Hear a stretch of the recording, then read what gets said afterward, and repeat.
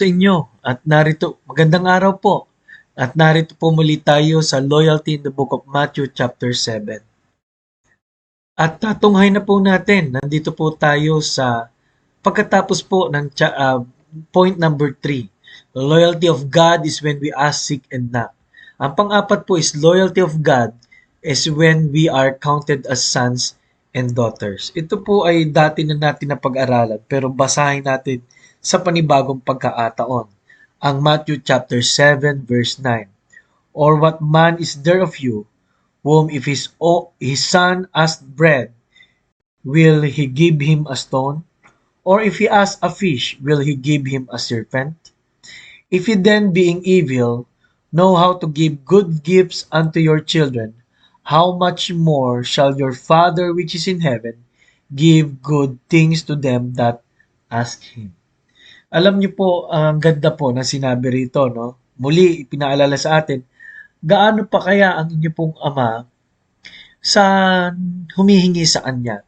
Kasi kung sa ama sa ah, normal, ano po, sa laman, pag naghingi ng tinapay ayon sa talata ay hindi mo bibigyan ng masamang bagay, ano po. Now, the loyalty of God is when we are counted as sons and daughters. Ay, imagine niyo po, no?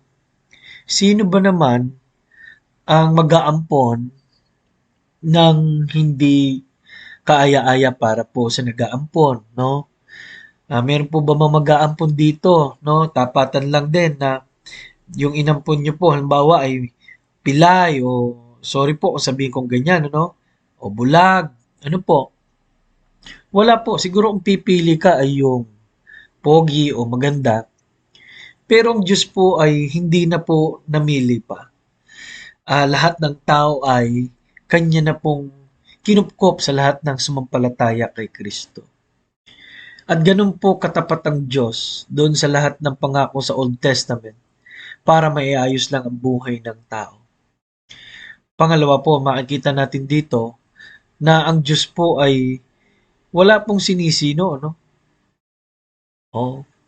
Kaya kung sa pagpapala, kung tayo nga iniligtas sa mga bagay na ano pa sa pagpapala. Pangatlo, ang katapatan po ng Diyos ay gano'n na lamang po. Bakit? Itinuring kang anak at itinuring kang hindi iba eh.